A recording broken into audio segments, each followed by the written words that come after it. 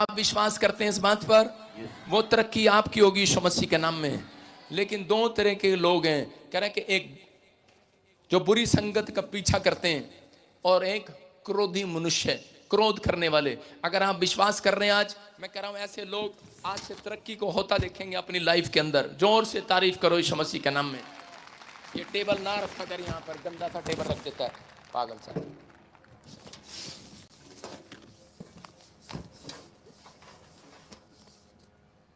सारे बोलो हालेलुया। अपने पड़ोसी को पूछो तू कौन सी संगत में फंसा हुआ है। एक बैड संगत है, बैड है, एक बुरी संगत में फंसे हुए लोग। अपने पड़ोसी को पूछो, हाथ मिलाओ, पूछो कौन सी संगत में फंसा हुआ है। आप नहीं बताएंगे, मैं बताऊंगा आपको। लेडी जो औरतें वो घर के बाहर गोल गप्पे वाली संगत में फंसी हुई हैं। उनके घर के बाहर ही टिक्की वाला आता है, गोल गप्पे वाला आता है, वहीं से वो इशारा करती है, हेलो टिक्की वाले यहाँ रुक के जाना। कह रहे आप किस चीज में फंसे हुए हैं पता नहीं है। कहता बच्चे कार्टून में फंसे हुए हैं और आदमी लोग पैसा कमाने में फंसे हुए हैं और गुस्से में फंसे हुए हैं। कह रहे तीन तरह के। कह रहे कि अगर आप चाहते हैं परमेश्वर आज आपकी जिंदगी में कुछ करना चाहता है, लूका 15 के 9 को हम देखते हैं। कह रहे यहाँ पर एक औरत का सिक्का, सुनो, एक औरत का सिक्का गुम हो गया। देखो, एक औरत का सिक्का गुम हो गया और उसी समय वो रोने लगी और चिल्लाने लगी। उसका पति कहने लगा, अरे 10 सिक्कों में से एक सिक्का गुम हो गया, अरे क्या जरूरत है, तू क्यों रो रहा है, तू क्यों रो रही है, क्यों रो रही है, मेरे से ले ले, चल मेरे से ले ले। कहते नहीं मेरे को तो वही सिक्का चाहिए, वही। उसने कहा वही क्यों चाहिए? अगर ये एक का सिक्का, हाँ कोई बहन बताएगी, कोई बहन आए, हाँ उठ जाओ, कोई बहन हाथ उठा दो, चल तू आ जा, लड़की तो चश्मे वाली इसको उठा रही है। हाँ सुनो, इधर बैठे। अगर ये एक का सिक्का, हाँ सच सच बोलो, सच कहूंगी, सच के सिवा कुछ नहीं कहूंगी, सच कहूंगी, सच के सिवा कुछ नहीं कहूंगी, सच के सिवा कुछ नहीं कहेगी।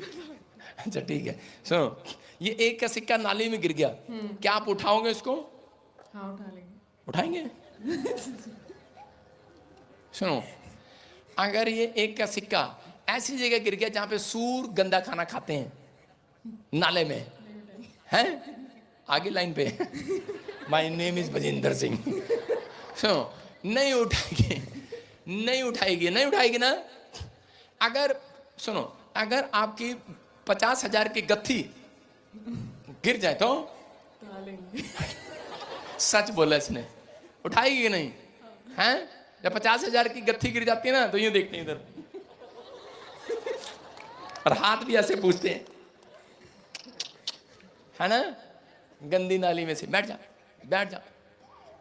ये पादरी भी कंजूस आदमी है, एक का सिक्का गिर जाएगा मैं उठाऊंगा उसको। सुन रहे हो? कौन है ये एक का सिक्का? यीशु मसीह बोलता है, कहता है कि वो लोग जो शराब पीकर नाली में पड़े रहते हैं, जिनको लोग बोलते कहते हैं शराबी है तो, और यूपी की पता क्या बोलती है, हमारी तो थोड़ी सी पी है और इनका तो शराबी है, पूरी ढकार जा बोतल। उसको वो शराबी बोलती है, अपने को बोलते थोड़ी सी पीता है। नशे में पड़े हैं। लेकिन सिक्का आप उठाएं ना उठाएं, परमेश्वर के लिए एक शराबी भी उसकी नजर में बहुत कीमती है। यीशु मसीह के नाम में एक पापी व्यक्ति उसकी नजर में कीमती है। कह रहे कि एक आत्मा बचाना उसकी नजर में कीमती है। ये औरत कह रहे कि 10 सिक्कों में से इसका सिक्का एक गुम हो गया और ढूंढ रही है। आदमी परेशान है। मैं आपको बता रहा हूँ 3 साल मुझे ये वचन समझ में नहीं आया और मैं कह रहा कि बार बार एक सिक्का गुम हो गया और वो ढूंढती रही और जब मिल गया, क्या लिखा जब मिल गया क्या हुआ?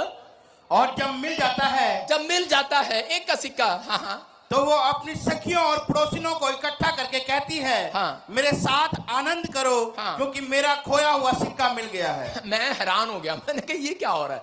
कहती है औरत, कह रही चल मेरा सिक्का मिल गया, चल हम नाचेंगे, झूमेंगे, गाएंगे।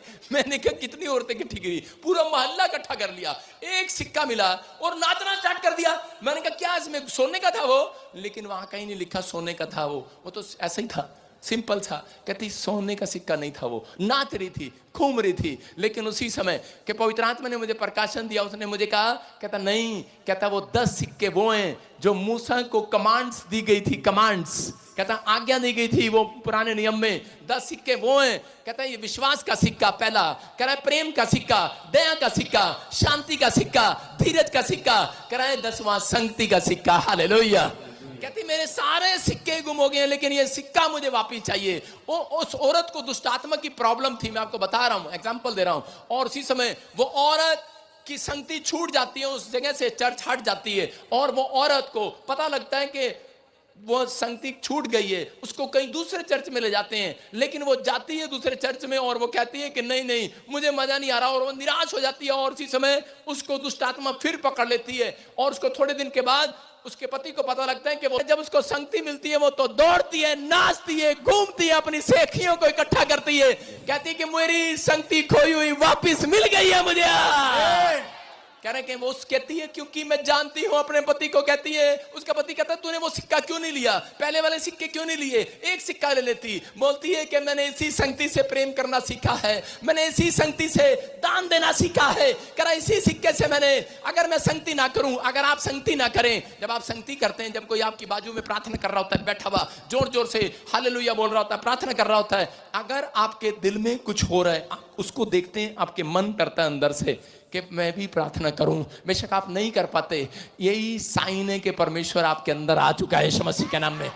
यही साइन है, कहता कि आपके अंदर परमेश्वर का काम होना शुरू हो गया है। वो बोल रही थी, कहती अगर मैं संगति नहीं करूं तो मैं दान ना दूं, क्योंकि हम देखा देखी करते हैं, आप समझते कि नहीं। कहते मैंने यहीं से सीखा लोगों से प्रेम करना, कहते यहीं से सीखा मैंने, कह रहे कि अपने क्रोध के स्वभाव को छोड़ना, यहीं से सीखा मैंने नम्र रहना, यहीं से सीखा मैंने धीरज को। कहती अगर मेरे पास संगति नहीं है मेरा प्रेम चला जाएगा, मेरी दया चली जाएगी मेरे अंदर से। कहती मैं इसलिए हर संडे संगति करने, कहती कि चंडीगढ़ में जाया करूंगी यीशु मसीह के नाम में। समझ में आया कि नहीं। जब आप संगति करते हैं पूरा हफ्ता परमेश्वर आपको खोई हुई चीजें वापिस दिलाएगा, वापिस यीशु मसीह के नाम में।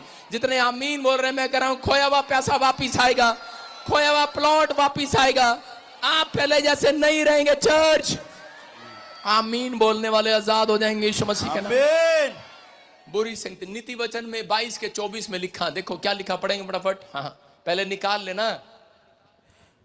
क्रोधी मनुष्य का मित्र ना होना, हाँ, और झट क्रोध करने वाले के संग ना चलना। देखो लिखा है क्रोधी मनुष्य का मित्र ना होना, ना उसके साथ चलना। इसका मतलब परमेश्वर क्रोध करने वाले मनुष्य के साथ एक कदम से ज्यादा नहीं चलता। अगर परमेश्वर कदम से ज्यादा नहीं चलता तो फिर कहता कि परमेश्वर कैसे आएगा। कह रहे जब व्यक्ति क्रोध करते हैं, ज्यादा क्रोध करते हैं, परमेश्वर वहां पर नहीं है। ध्यान से सुनो, क्रोध करना पाप नहीं है। अगर आप क्रोध को अपने स्वार्थ के लिए यूज करते हैं तो वो पाप है।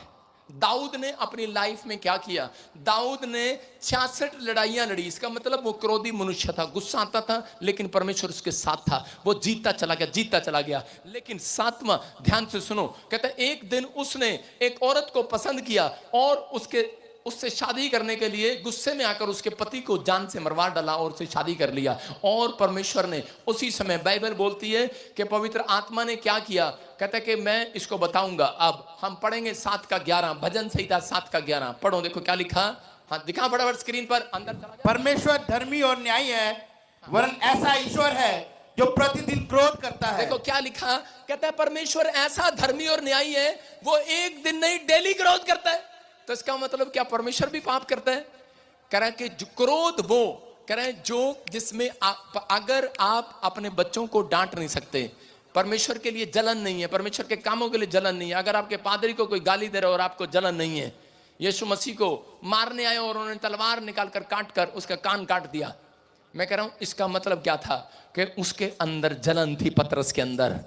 परमेश्वर प्रतिदिन क्रोध करता है, किसके लिए? कह रहा है जो लोग सुधरते नहीं हैं, जो इजरायली सुधरे नहीं, उनके लिए उसने क्रोध किया। कहता है कि उसके खिलाफ, कह रहा है कि उसके वचन के खिलाफ जब चलते थे वो क्रोध करता था, डेली क्रोध करता था वो। कहता है कि क्रोध किया। आगे क्या लिखा, पढ़ेंगे देखो। यदि मनुष्य ना फिरे, हाँ, तो वो अपनी तलवार पर सान चढ़ाएगा और अपना धनुष चढ़ाकर तीर संधान चुका है। कह रहे हैं कि अगर मनुष्य ना सुधरे, इसी के बारे में लिखा, कहता है कि वो तीर चढ़ा चुका है, वो धनुष पर तीर चढ़ाएगा और छोड़ देगा वो। और उसने तीर चढ़ाया, दाऊद नहीं सुधरा, उसने तीर चढ़ाया और छोड़ दिया, और वो सीधा उसके बच्चे को लगा और उसका बच्चा मर गया। मतलब असली का तीर नहीं था, मैं कह रहा हूं कि उसका बच्चा मर गया, क्योंकि परमेश्वर पाप का परमेश्वर नहीं है।